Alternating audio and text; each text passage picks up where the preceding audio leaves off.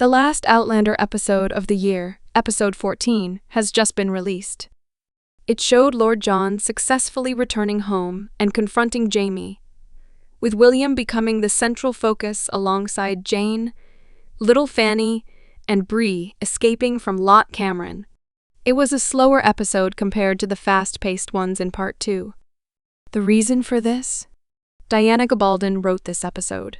As an Outlander fan, I can always tell when she writes an episode because they tend to slow down a bit, giving characters more space to breathe.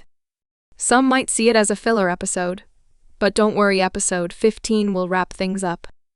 Let's break down episode 14, and then look at the trailer for the next episode, which teases some dangerous developments. William. I've been enjoying William's scenes in the last few episodes. His anger at the other soldier for calling him a groom was heartbreaking. As you know, Jamie was literally a groom, essentially a servant who took care of the horses for William's mother's family. This still haunts William, highlighting his internal struggle with his father's lowborn status and reputation as a traitor. I also think Jane's addition to Part 2 has been great. She's direct and straightforward, while William is uptight and righteous, making their dynamic interesting to watch. One thing I didn't quite understand was how Jane knew Latin if she ended up in a brothel at the age of 10. Did she already know the language before arriving there? If so, that would suggest she came from a very privileged background, as only noble families would educate their daughters. But if she did come from such a background, how did she end up as a prostitute?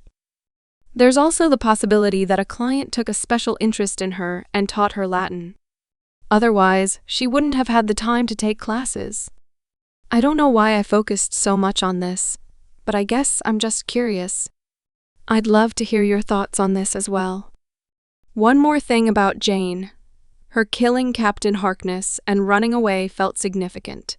I doubt this will be forgotten, and we'll probably see the consequences in the remaining episodes. At the end of the episode, William is now in the hands of American spies. I can't wait to see how he gets out of that situation. Thank goodness someone is looking for him, Lord John. Lord John. Ever the man of duty, Lord John faces an internal conflict that will have consequences for both him and his allies. Torn between his loyalty to the Frasers and his duty to the crown, his choices are becoming increasingly difficult.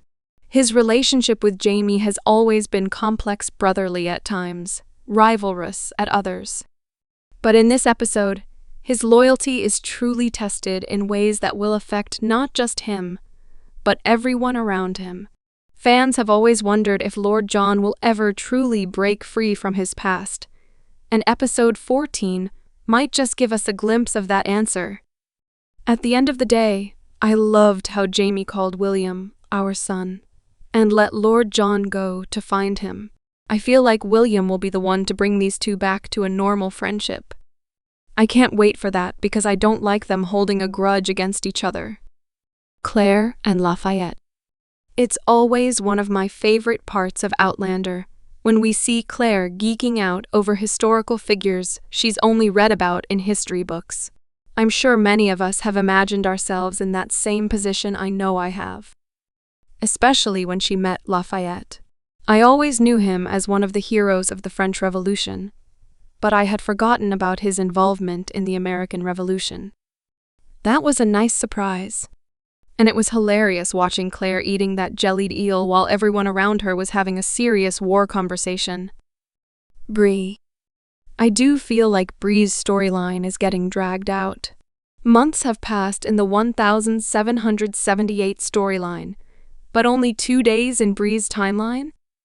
At least by the end of the episode, she got the idea to go find Roger, which was one of my theories for the remaining episodes. Bree will take the kids and travel back in time. But the question is, will they be able to find each other? And if so, in what year? I think if both of them are thinking about each other while going through the stones, they might meet in some middle ground, which I hope is the time Jamie and Claire are in. What do you think? A whole family reunion in the Outlander Season 7 finale? I'm all for it. Now, let's talk about the trailer for the next episode. Trailer Breakdown, Episode 15. The trailer opens with Jamie and Claire on the eve of the long-teased battle, the historical Battle of Monmouth. Jamie, as a general, and Claire, as a doctor, will both take part. While Claire struggles to say goodbye to her husband, the trailer takes us back 40 years, where Roger and Buck stand before the stones, debating what happened in the previous episode, sending Jerry back to his time. Roger believes his father was lost in time in 1739, but altered history by sending him back to the 20th century. However, what Roger doesn't know is that his father was always meant to return to his own time and die there, alongside Roger's mother, in the London Underground. As we discussed last week, Jerry's body was never identified since he left his military ID tags behind in 1739. Roger was merely a player in ensuring history unfolded as intended. Those who travel through time cannot alter history, as this show has repeatedly demonstrated. However, they can play their part in ensuring events happen as they were always meant to. Meanwhile, Brianna is reading one of the letters Jamie and Claire sent. Jamie is on the battlefield, looking as sharp as ever, while Claire is having a conversation with Rachel. It seems Rachel will assist Claire in tending to the wounded soldiers. We also see Lord John and young Ian arriving in the forest, where we last saw William, speaking with the men there.